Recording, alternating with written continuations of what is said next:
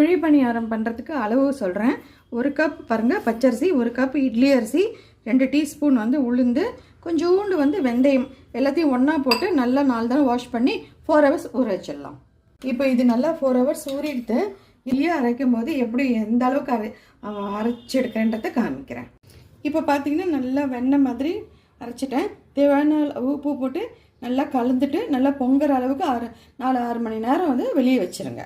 நம்ம குழிப்பணியாரம் மாவு ரெடி ஆகிடுது. இப்போ வந்து குழிப்பணியாரம் இந்த கல்லில் வந்து கொஞ்சமாக எண்ணெய் விட்டுருக்கேன். கொஞ்சமாக விட்டால் போதும். இதில் ஒரு கரண்டி எடுத்து நம்ம ஊற்றிடலாம். அதுக்கு முன்னாடி மாவில் வந்து கடுகு, உளுந்தம் பருப்பு, காஞ்ச மிளகாய், பெருங்காயம் தாளித்து கொட்டிக்கோங்க. இப்போ பாருங்கள் வெந்துடுத்து. இந்த மாதிரி வந்து நம்ம திருப்பி விடுறோம்.